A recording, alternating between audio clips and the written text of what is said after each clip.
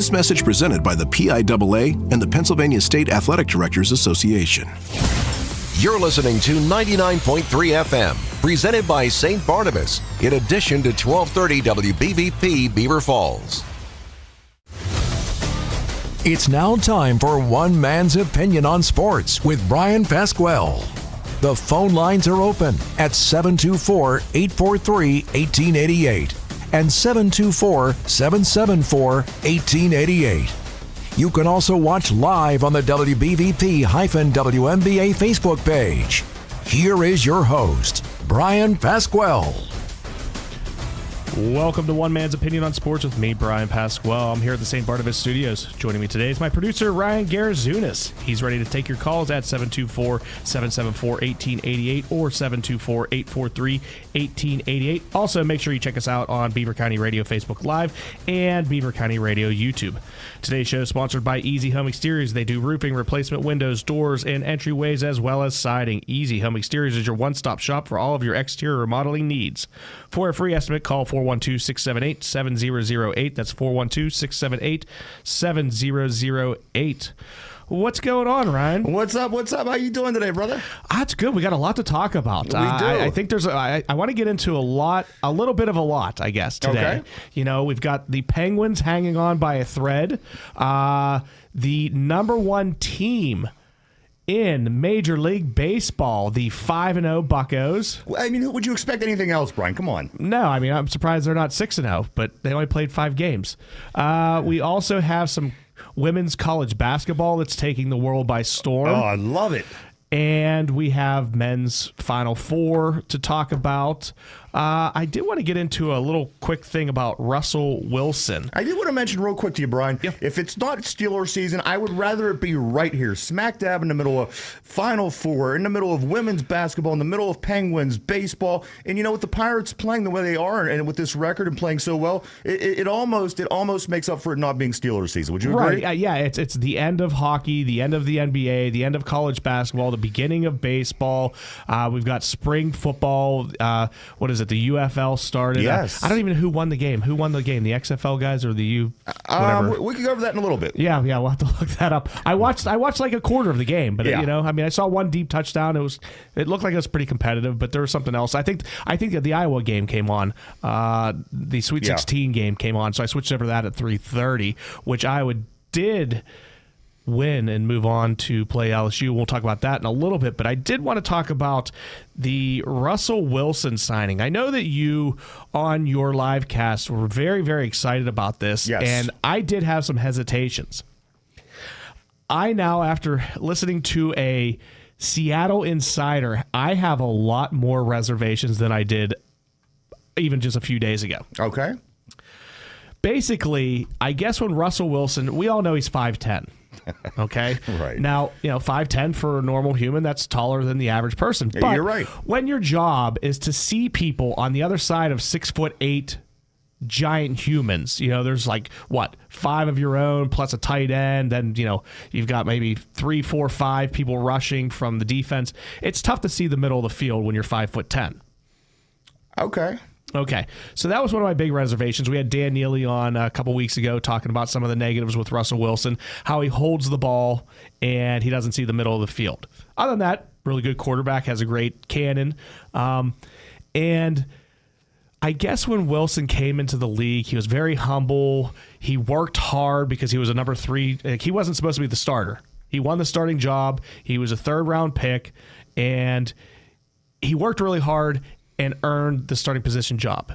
Now, we recall I did the women of players in 10 games, and we talked about Sierra a little bit. Yes. So, according to this Seattle insider, Sierra, in his opinion, is a big negative influence on Russell Wilson. Russell Wilson's ego went through the roof when he started dating her. He kind of took over the whole stadium. He tries to get people fired. He hires his own quarterbacks coach. They have their own office in the stadium. He walks around with an entourage of his wife and all of his kids constantly. They're always there. They're the last ones on the bus for the games. She walks around like she is Taylor Swift and needs to be popular. according to this guy, she's a one-hit wonder. And it seemed like Russell Wilson's whole attitude since dating Sierra has changed. And I'm just a little nervous that he's going to be bringing that whole attitude here to Pittsburgh. All right. The first thing that stands out to me on this is that Russell Wilson, Seattle and Pittsburgh are different in a lot of ways. And same weather, typically. They typically do have the same exact weather, actually. But my thing is this. Once the fans start to gain word, which I've seen exactly what you're talking about, and I've seen people talking about it, and once the fans here get wind of this, let's say that Russell Wilson doesn't perform well, or he doesn't live up to what we hope that he lives up to, I think the fans are really going to get on him, and you see how people can get chased out of Pittsburgh in a sense when they get on the bad side of Steeler fans. I don't really have any issue. I mean, he is what he is. The guy won a Super Bowl. I'll give him his respect. He's got his numbers in the league. Matter of fact, if you look at his career from top to bottom, he has amazing numbers from being in the league. So again, if there's any issues, I think at first Pittsburgh will accept them because that's what we do. We're very accepting here. But given anything off or anything that makes the fans uncomfortable, I think people will start making it very difficult on Russell Wilson. My second part to this is he's not a long-term answer. He is a one-year contract. He's somebody that's 10 times better than what we had last year, and we don't 10 times 0 is still only 0. He's a lot more than 10 times better than Pickett. Well, absolutely. But the thing is, with this guy, how comfortable should we get with him? If he comes in and wants to try to make things and be comfortable with the family and the wife and offices and entourage, the fact of the matter is, after this season, we could cut him. We could send him down the road. He's just a lot better than what we had, and at this point, we went out and we made some aggressive moves, brought these two quarterbacks in, excuse me, and you just, again, it's a lot better than what we had. If you try to tell me that we found something that was better that we didn't do, that we should have done, I'll listen to what you have to say. But again, from the options that were out there, you can't go out and find that lightning in a bottle overnight. We found something that was better, something that's going to get us better results. And we'll play it out. And again, we brought a guy in behind him to eventually take his spot. And I'm not real worried about Russell Wilson. I'm really not. Okay. Yeah. I mean, his play on the field speaks for itself, obviously. Absolutely. He's an excellent quarterback, borderline Hall of Famer. I think he's a Hall of Famer. No doubt in that. And I still think he has something left in the tank. It's just the way this guy was talking was, if you remember, like Sidney Crosby, for instance, okay, right. He does not have kids.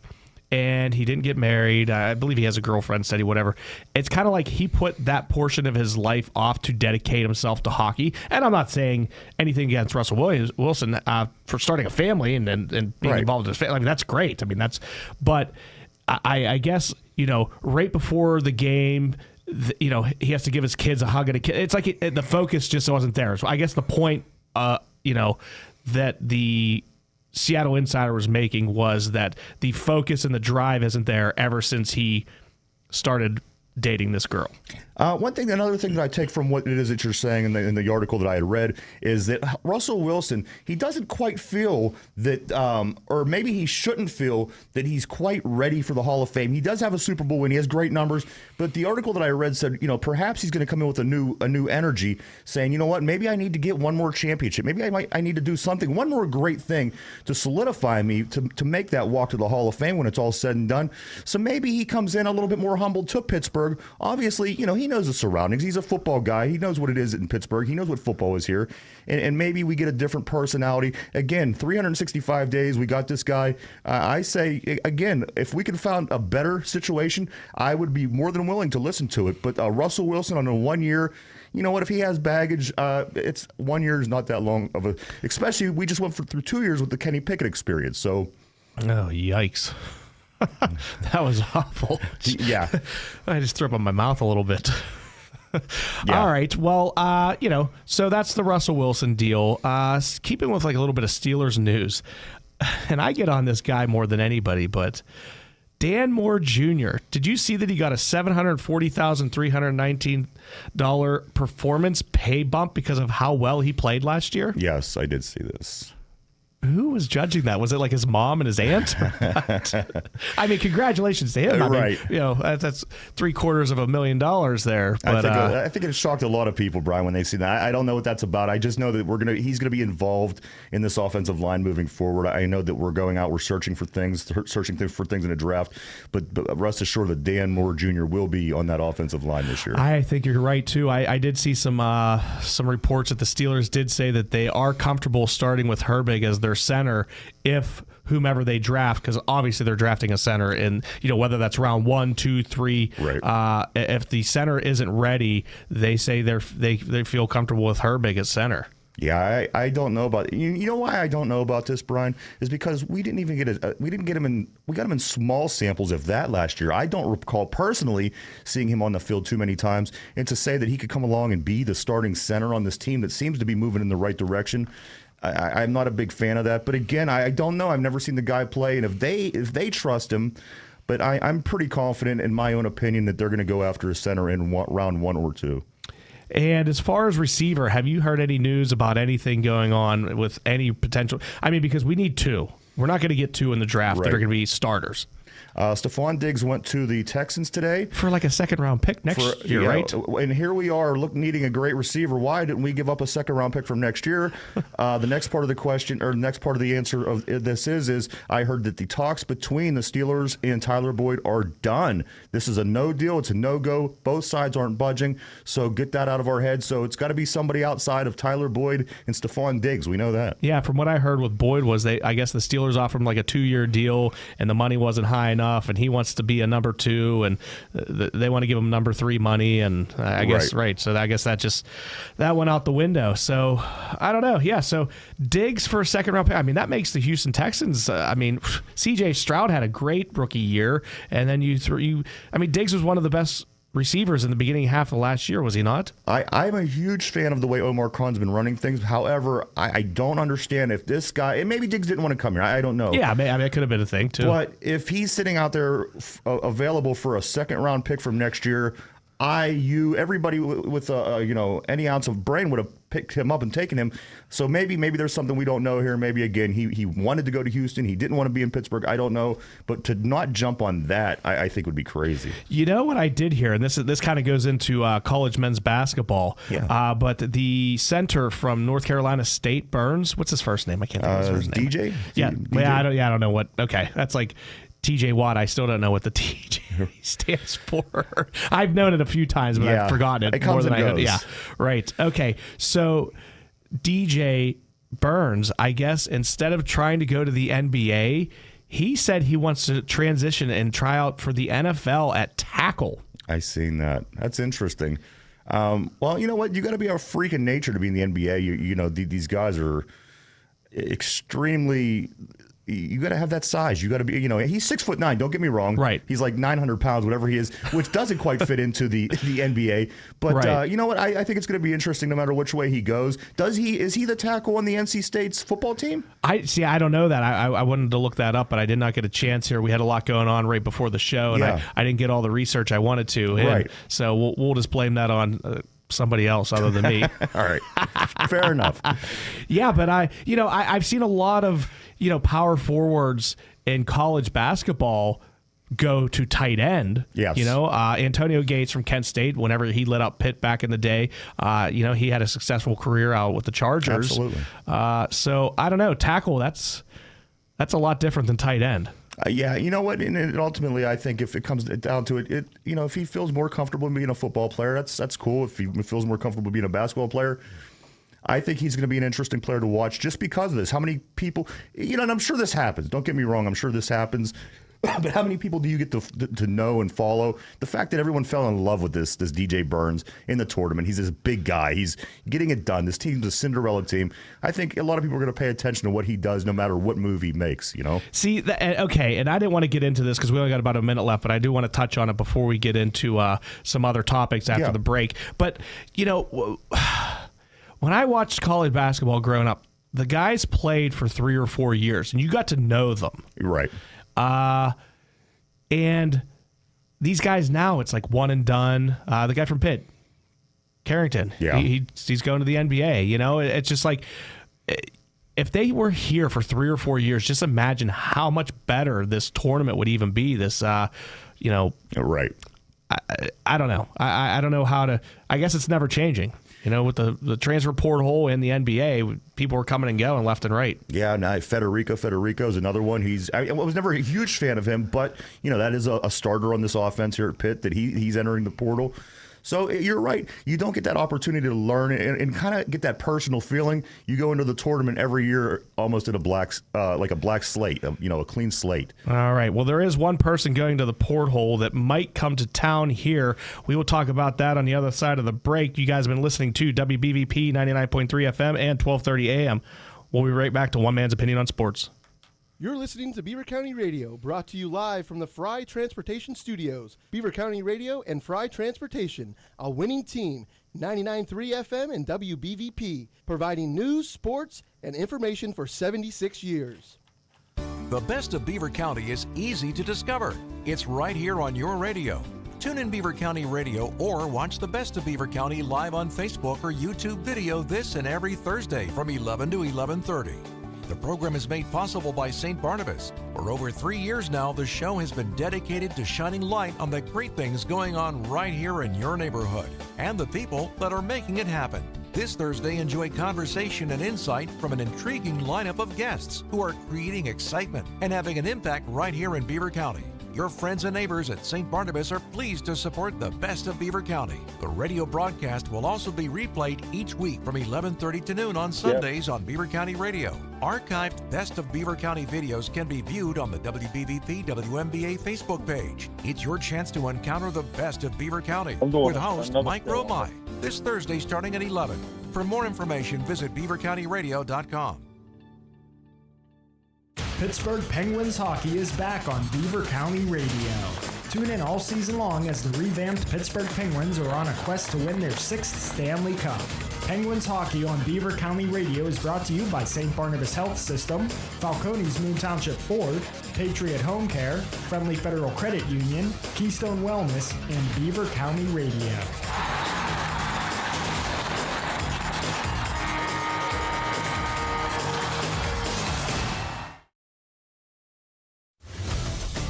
Now back to One Man's Opinion with Bryan Pasquale.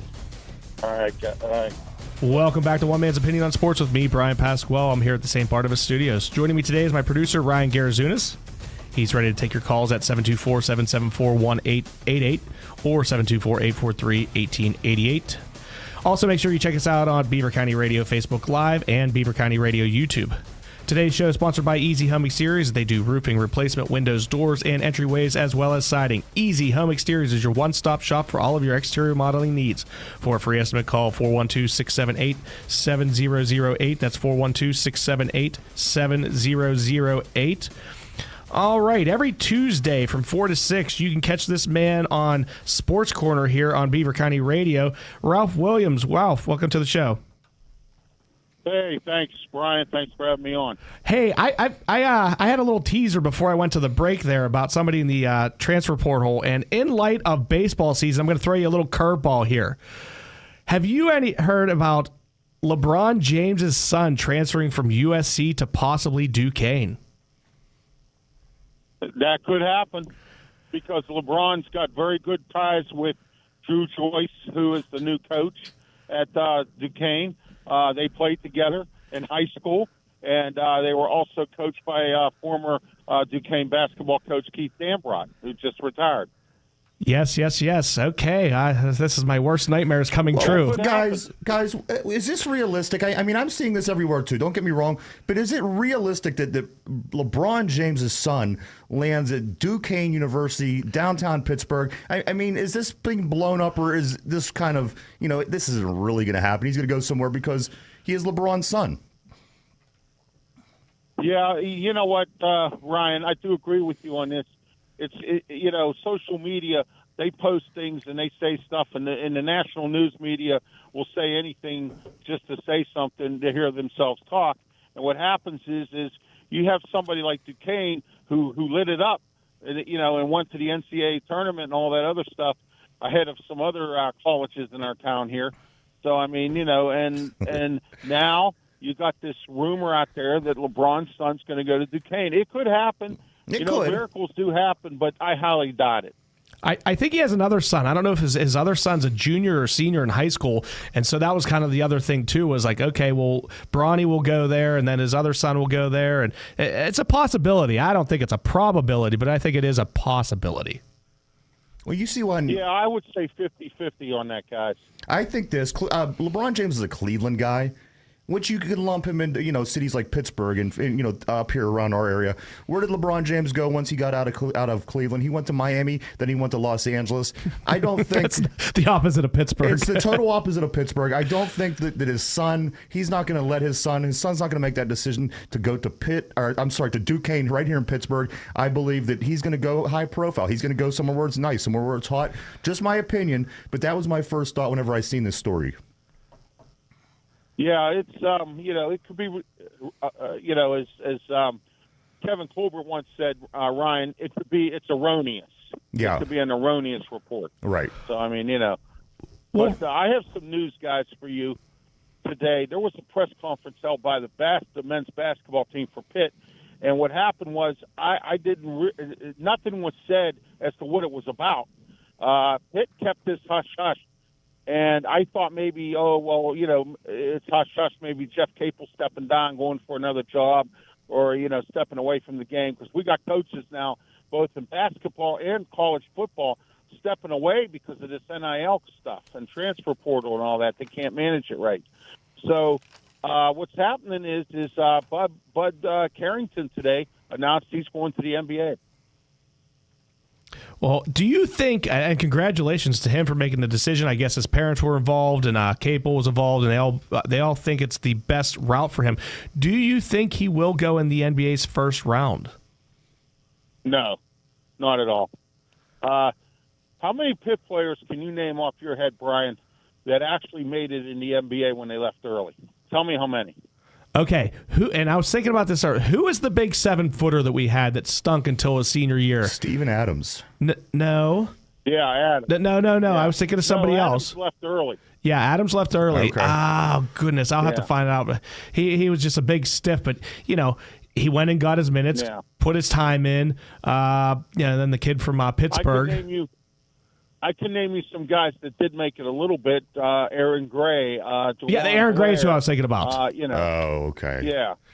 Yeah. We've got a bunch of guys back when Jamie Dixon and Ben Howland were around that went to the NBA. They did, Charles Smith. Jerome Lane, Charles Smith. So, Smith was with the Knicks, was he not? Right, yes. We've had guys over the years that have been in the NBA that have done pretty decent for themselves. I wouldn't say extraordinary, but they've done pretty decent for themselves. But nowadays, guys leaving early like this to go to the NBA draft because, for the big payday, that's fine. I get it. But you know what? They're not going to make it great there because it's too early for them. Yeah, I don't know. If I was him, I probably would have stayed another year, maybe, build up a little bit more muscle because he's not the biggest guy. I don't know. I wish him the best of luck, though. That's a real big hurt on the program, though, moving forward for next year. Yeah, it is. I'll tell you who's hurting. It's going to be Duquesne. They lost 7 guys.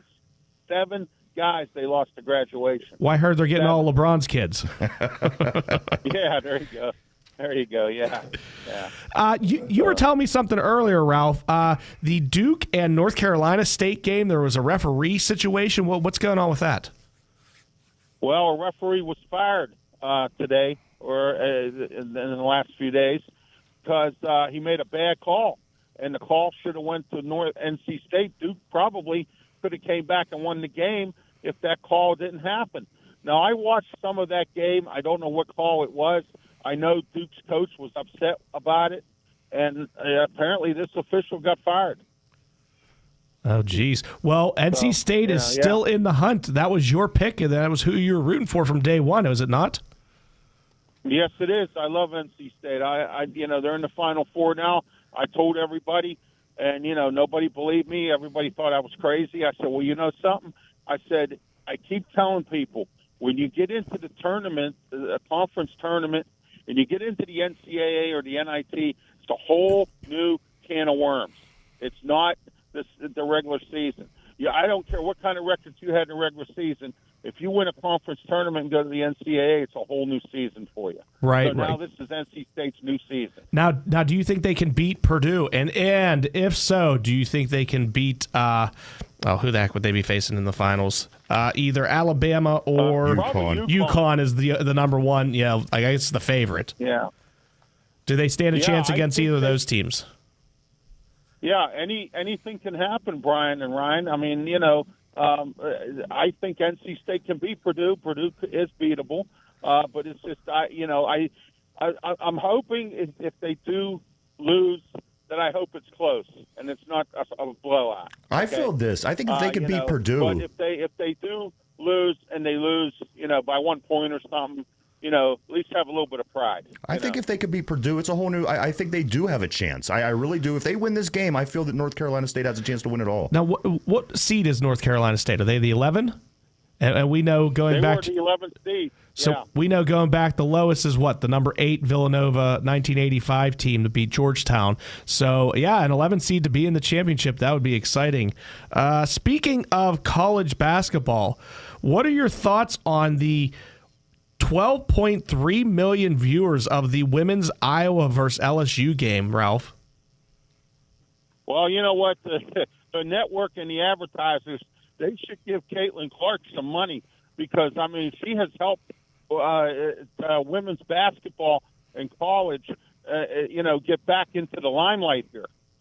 Because, if you got that many viewers and you got all these advertisers and you have, the NCAA and everything, they should pay her extra for this because I'm going to tell you what, they have really turned it around with women's college basketball. Not that it wasn't anything good. It got better with Caitlin Clark and that girl from LSU.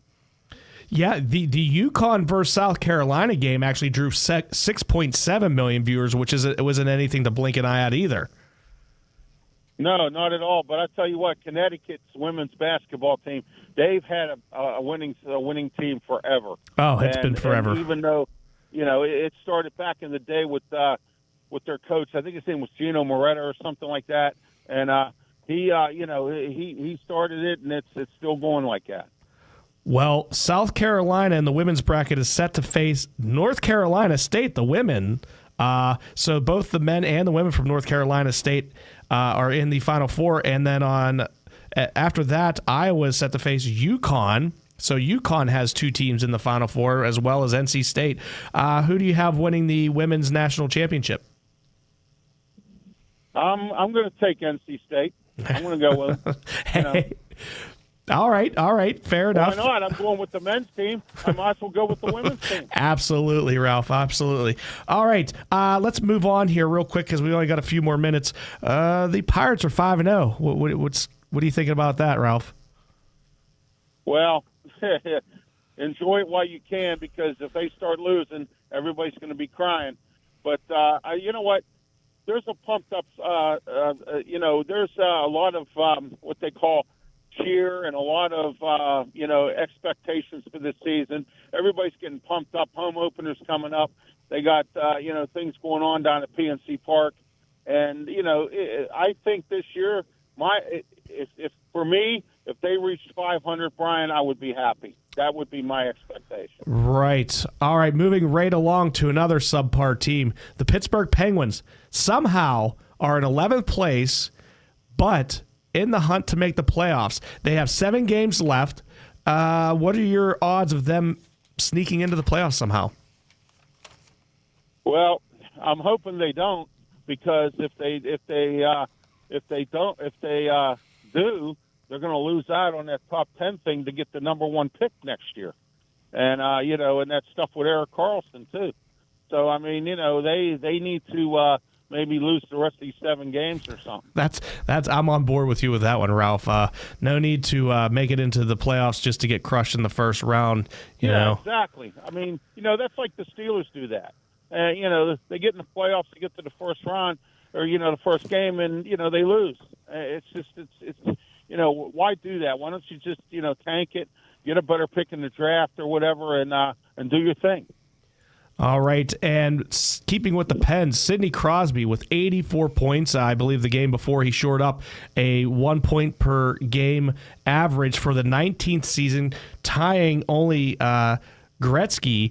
Will he make it number 20 next year, Ralph? Yeah, he'll be there. He's going to make it number 20. And you know something?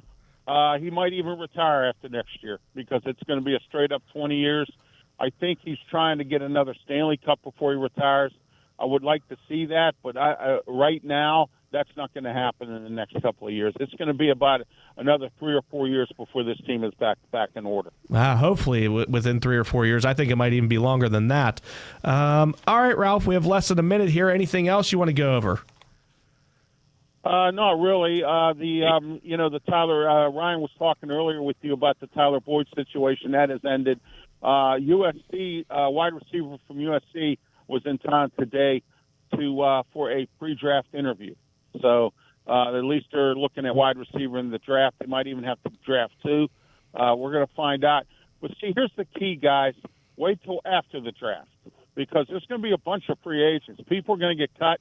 Athletes are going to be in the draft that teams want. And let me say this. I hope that the Steelers get this Powers Johnson. They better look at him and they better get him because if not, Tampa Bay wants him.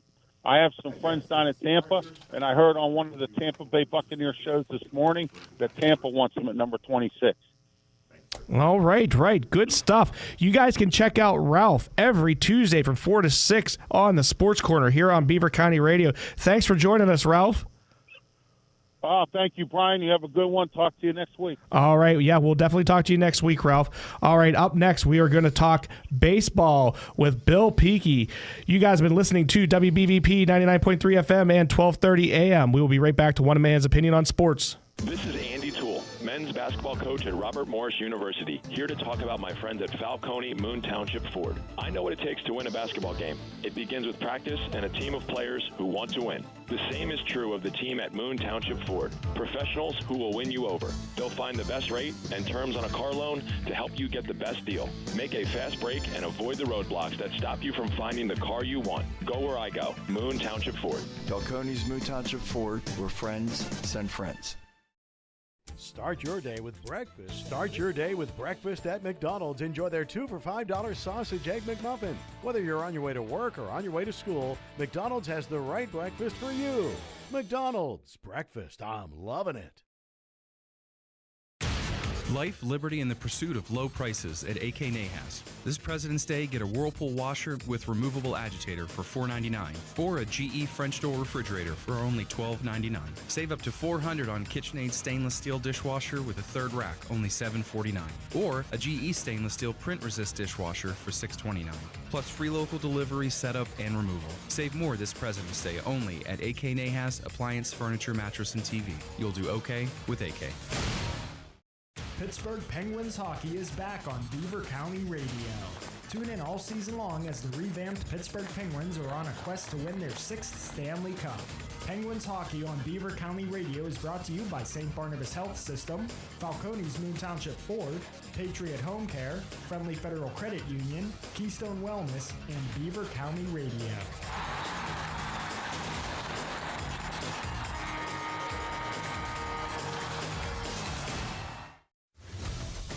Now back to One Man's Opinion with Bryan Pasquale.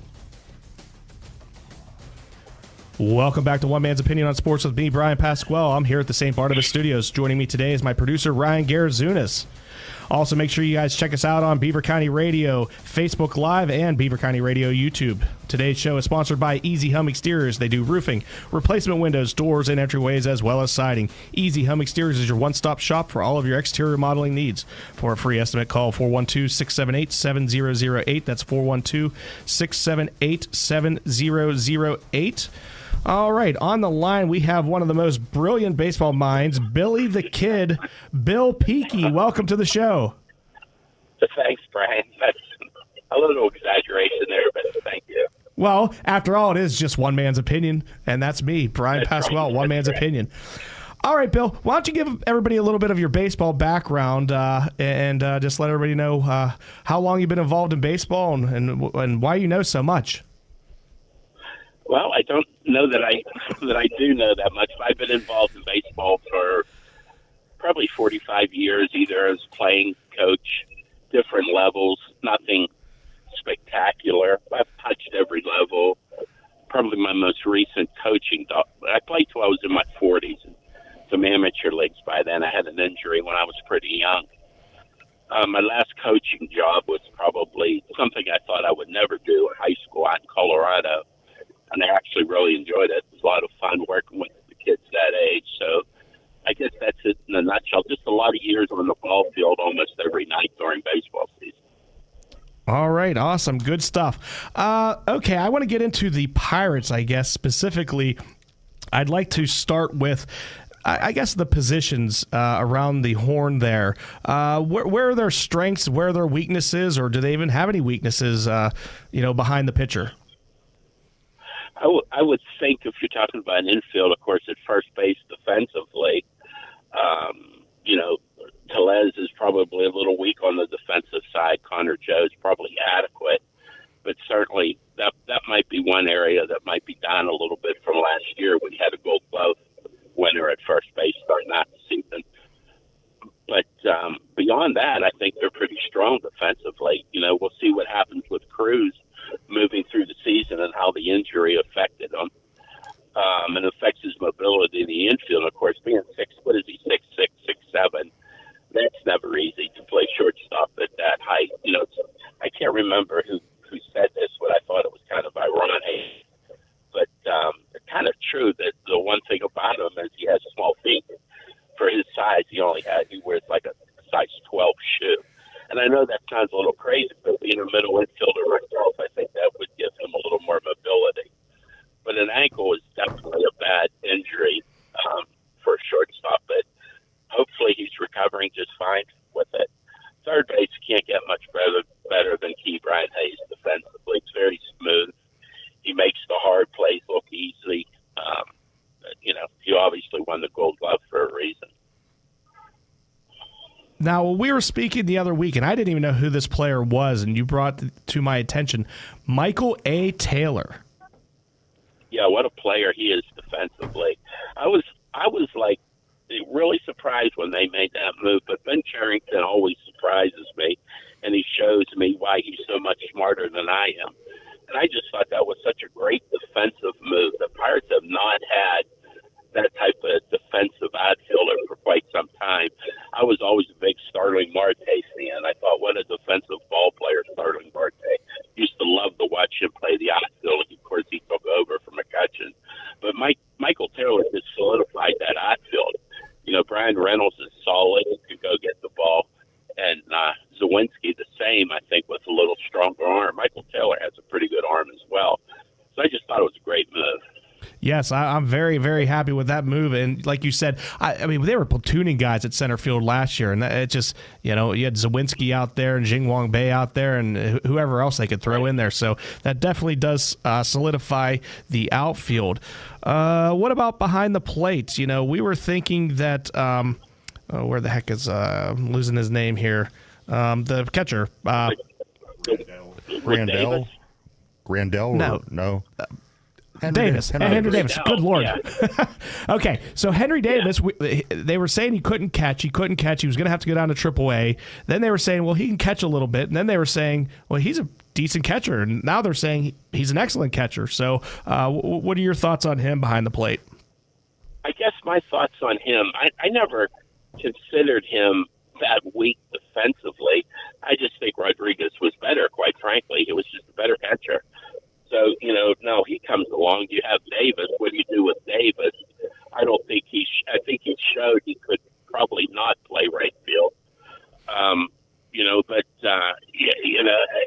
They want to put him at first base. You want to make him a DH. I think he's way too young, way too talented.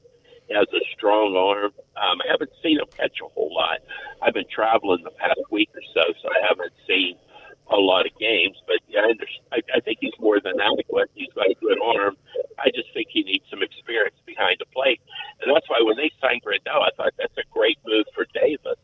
I mean, here's a Gold Glove winner catcher you bring in to mentor this kid, pick up a game a week. I just thought that was another great move that I didn't expect to come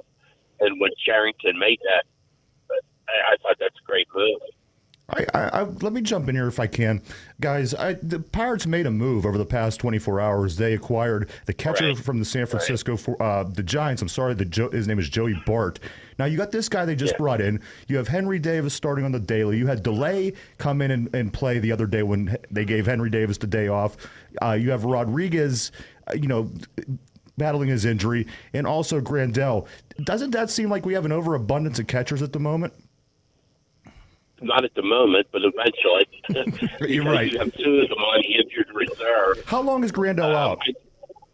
I think he's out for 15 days. I could be wrong about that, but I think 15 days.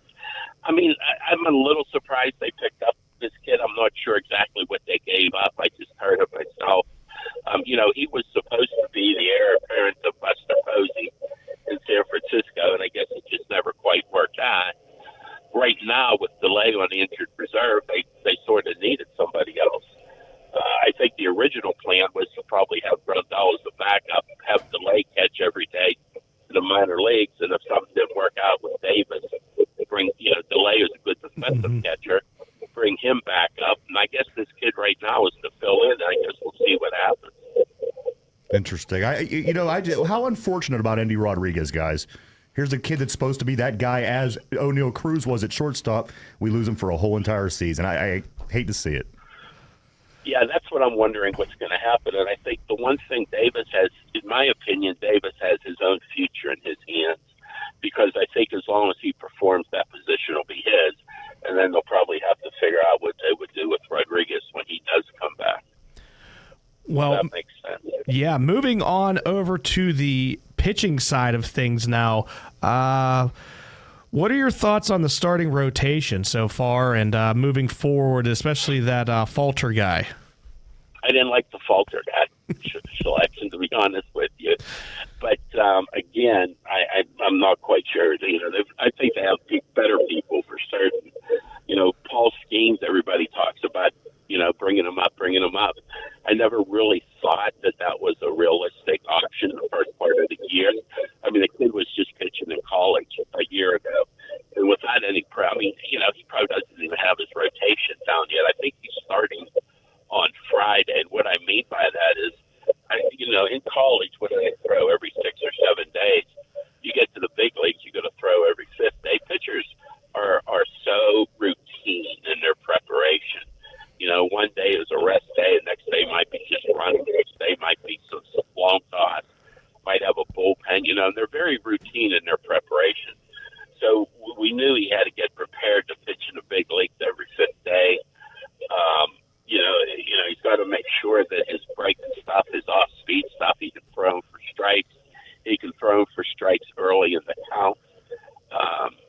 So this kid's obviously incredibly talented, but that doesn't mean he's ready to put in the big leagues, because hitting is all about timing, and once you time a 100-mile-an-hour fastball, these guys can catch up to it. So you got to keep the hitters off balance. I don't care how hard you throw. You got to have a way to keep them off balance. You got to stay ahead in the con. So you got to learn all these things. You got to learn how to sometimes slow a game down when it feels like it's getting out of control.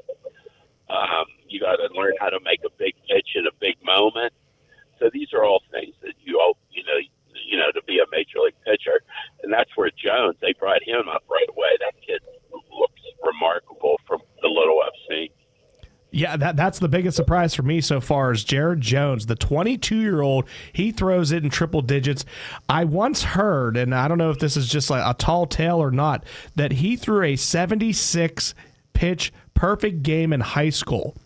The first 75 pitches were fastballs, and he said he threw a sinker for the 76th pitch to strike out the last guy. I thought it was a slider, but I heard you could be right. That is a great. You know what? In high school, that's interesting because I remember when Jim Rooker was an announcer for the Pirates, and I think they were talking about Dwight Gooden and how much poise he had. And Rooker said, "Yeah, he has poise. He throws 100 mile an hour. So let's put him out there with an 85 mile an hour fastball and see how much poise he has." But that's always a weapon. When you can throw 100 miles an hour, that doesn't mean you're going to be successful, but it gives you a heck of a weapon to puts you in the position to be successful when you can throw that hard. Say, I need an out pitch right here. I need a swing and miss. Then you can throw 100 mile an hour. That's a big advantage. Well, we got about 1 minute left before we have to let you go. Aronis Chapman throws about 100 miles an hour. And what do you think about him as the eighth inning guy? There was another pickup that I just loved because I'm thinking, with the way now they want to get 6 innings, which that kind of drives me a little bit crazy. But, you got a 7, 8, 9 inning pitcher when they're Holderman, Chapman, and Bendar, you got a pretty good chance of finishing that game pretty strong. Absolutely, absolutely. Well, that, ladies and gentlemen, is Bill Peaky. Thanks for joining us today, Bill.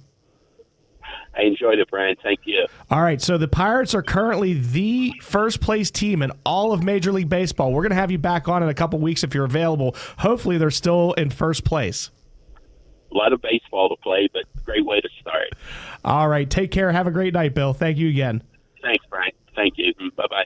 All right, you guys have been listening to WBBP 99.3 FM and 1230 AM. We'll be right back to One Man's Opinion on Sports. Whether it's Little League or the big leagues, it's time to get out and play ball.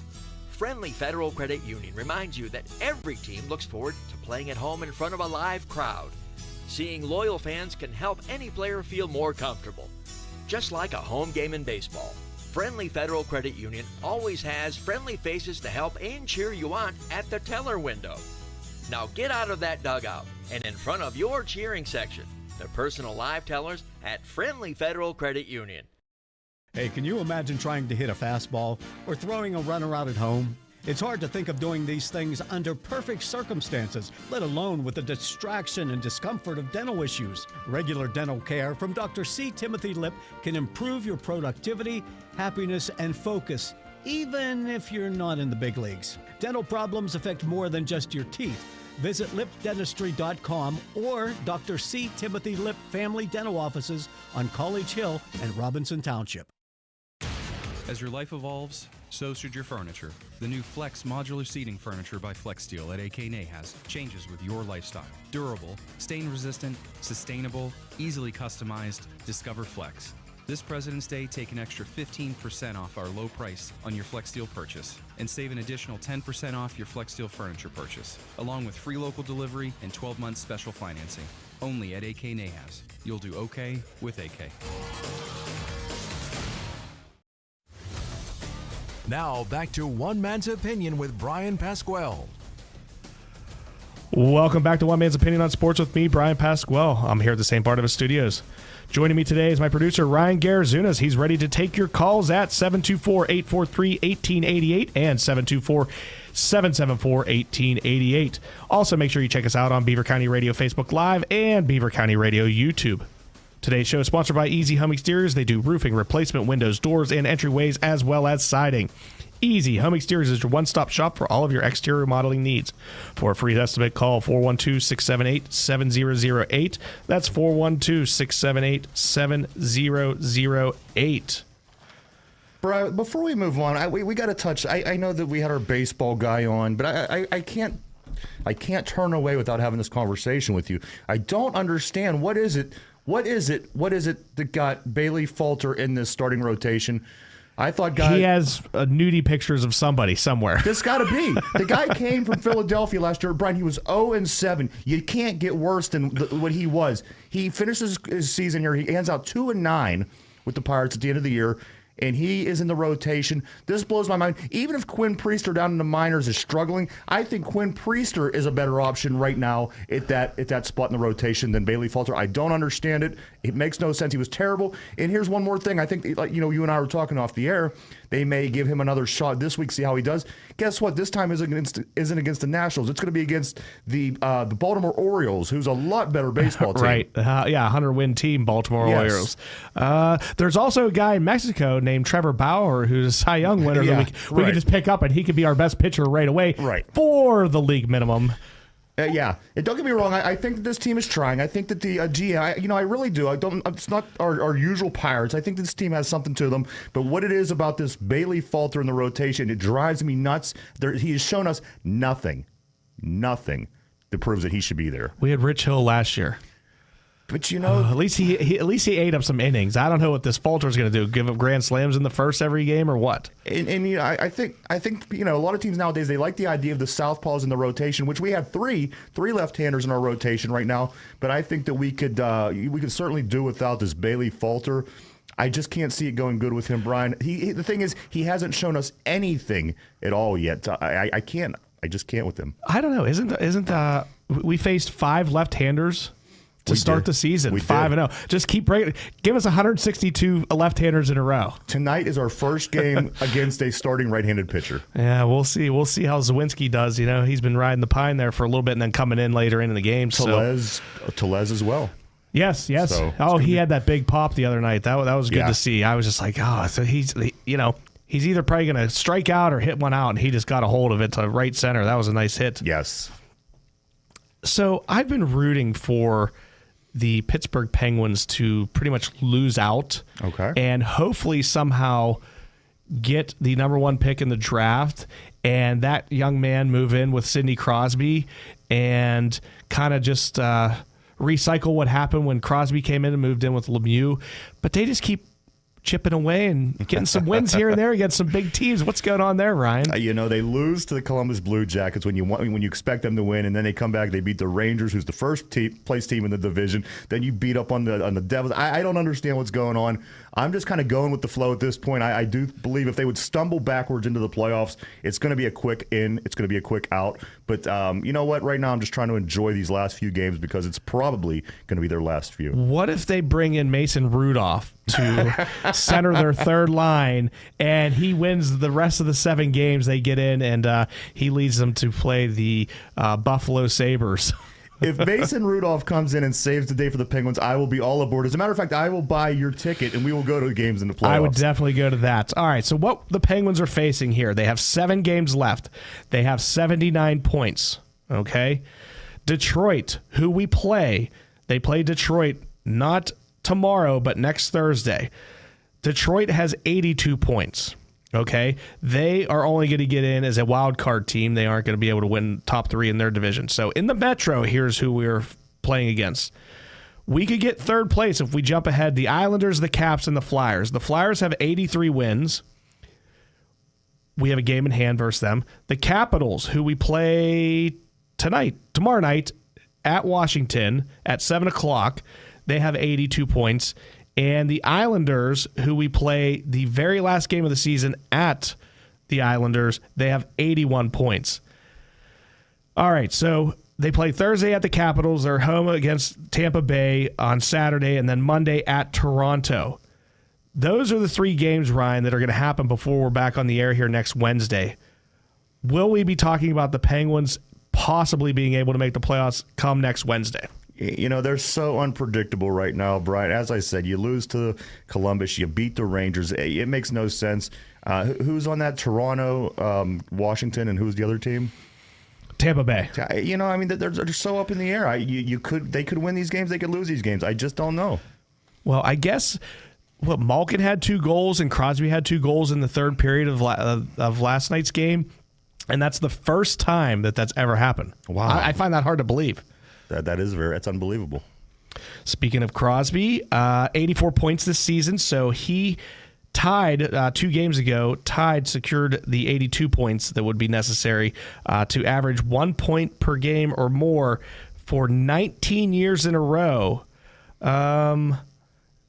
Is he making it 20, 21, 22, absolutely. 23, 24? There's zero reason to think that he wouldn't. I think for him, I mean, he gets a lot of assists throughout the season. I think that it's definitely in the future for him.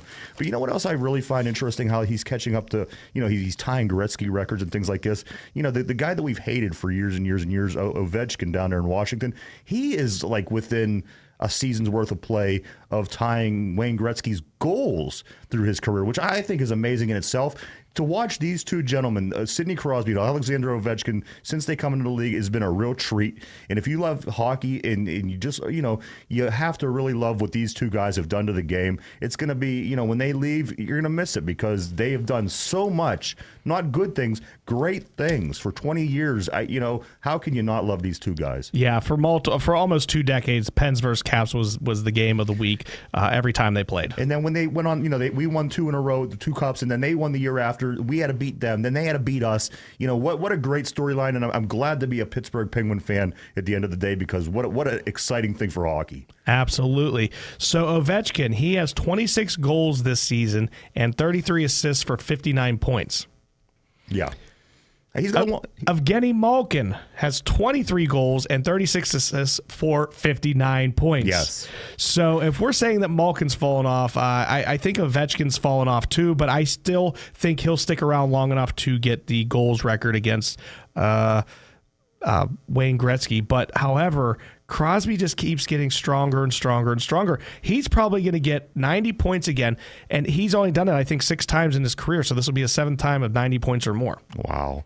At his age. It is amazing. And as you said, the other 2 guys do seem to be slowing down a bit. And I got to say this about Ovechkin, and don't get me wrong, I don't like going on about this guy. I generally don't. But when I seen this, the numbers, if he would stick around for a whole nother career, he might then be able to catch Gretzky because Gretzky has like 1 million assists, and that's what separates him from everybody else.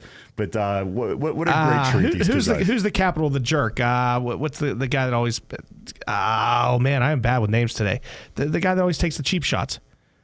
Like Wilson. Yes, Wilson, yes. Yeah. Wilson. All right, he's back off of suspension. Yeah.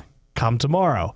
Is he going to be headhunting some Penguins, or is he getting a little too old for that? I think tomorrow I think tomorrow we'll be safe. You're just coming back off suspension for 1. 2, the rivalry isn't what it used to be. We're not, right. We're not 2 top teams going at it. I think Tom Wilson will behave himself tomorrow. Okay. Well, we only have a few more minutes before we get to go for a week. I want to talk about the men's college basketball. The Final Four is set Saturday at 6:09 p.m. The North Carolina State take on Purdue.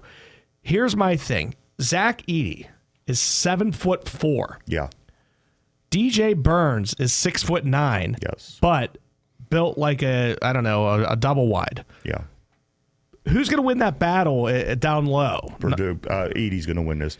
He's just listen, the guy he's a big man. He's, the size, everything about him. As you said, the other guy, he's great athletically. He could be a tackle in the NFL next year.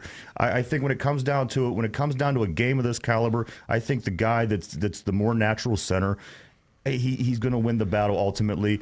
I think Purdue wins this game, and the reason that was my team from the beginning. I'm not going to change it up, but this is the way that I think that I see it going down. I think that Edey's going to outplay him. All right. Speaking of Edey, I saw reports. People are whining and complaining that he doesn't get any fouls called on him. But you know me, I watch the game from a vantage point I think that's better than most. And what I noticed from Edey is he doesn't get fooled into blocking too many shots. Right. He kind of just says, okay, I'm going to let you get this little bunny, and I'm going to turn around and get the rebound and hope you miss it, versus getting those dumb fouls early and getting himself on the bench. So he plays very smart defensively. And at first, when I was watching, I thought it was tentative. Like, I was like, why isn't he more aggressive? Right. And now I see, like, dude, he played all but 30 seconds the last game. Yes, and he is that guy. He can't get into foul trouble early. I tell you what, if Purdue loses Edey to fouling out in the second half, this team is done. Edey is the guy. They built this team around him. He's got to stay smart. He's got to play smart. I think at the end of the day, that 6-inch advantage he has over the guy for the other team is going to be enough. I agree. Do you think that Purdue wins this? I think Purdue wins this. And here's the thing. When they were fouling Edey at the end of the game, he was gassed. Yeah. When you see him at the free throw line, it reminded me of Michael Jordan in like the 98 finals, where everything that fourth quarter, he was trying so hard, and every jumper was just coming up and hitting the front of the rim. Yeah. Edey even airballed one of the foul shots, and then there was a timeout. He got a couple minutes break, and then he came back and he made, I think, 1 of 2 of the next one, and actually looked like he could make it to the rim. Right. I tell you what, I know we are cutting short on time, so I do want to throw my prediction out there. I do think it's going to be Purdue. I do think it's going to be UConn. I think ultimately the Purdue beats UConn in the finals. That's my prediction. Brian, which way are you going with it? I don't know. Nobody's even played UConn close in 2 years now. I know. I'm rooting for Purdue to beat UConn, but I'm thinking UConn's going to win. They're so tough. It's not a bad pick, Right. Well, Ryan. Yes. Why don't you tell me about the Two Dumb Yinzers before we get going here? Yeah, no, we do. It's a show called the Two Dumb Yinzer Show or Two Dumb Yinzer Podcast. We are on Monday through Friday, 11 a.m. to 12 p.m. Eastern Standard Time every day. You can tune in. You can check us out on YouTube. In the brand new show that we do every week, we do upload over on Spotify in podcast form. If you don't have a chance to watch, maybe you could just in the car or in the gym, wherever you're at, you could pop it in and check us out. But the website is www.the2dumbyinzers.com. How do you spell dumb? D-U-M. D-U-M. How do you spell dumb? Well, I don't know. Depends on if I'm talking about a dum-dum or right. the word dumb. All right. Well, I thought it was a good show. We had a couple good guests on today. Absolutely. I don't know. What do we have to look forward for a week? Brian, we got all kind of things. Let's see how this Pittsburgh Pirate team continues to play. I think that's the big story in town here. We have the college. We have March Madness. We got the guys. We got the gals. As you said, the Penguins. That who knows if this team could land backwards into the playoffs. There is a lot of sports, Brian. So I guarantee next week will be just as good as this week was. All right. Well, I had a blast with you tonight, Ryan. Thanks a lot. All right, you guys have been listening to WBVP 99.3 FM and 1230 AM. We'll see you back here in 167 hours. You've been listening to One Man's Opinion on Sports with Bryan Pasquale on Beaver County Radio. Don't forget, you can watch the show on WBVP-WMBA Facebook page anytime. Tune in next Wednesday from 5 to 6 p.m. for One Man's Opinion on Sports with Bryan Pasquale on Beaver County Radio. You're listening to 99.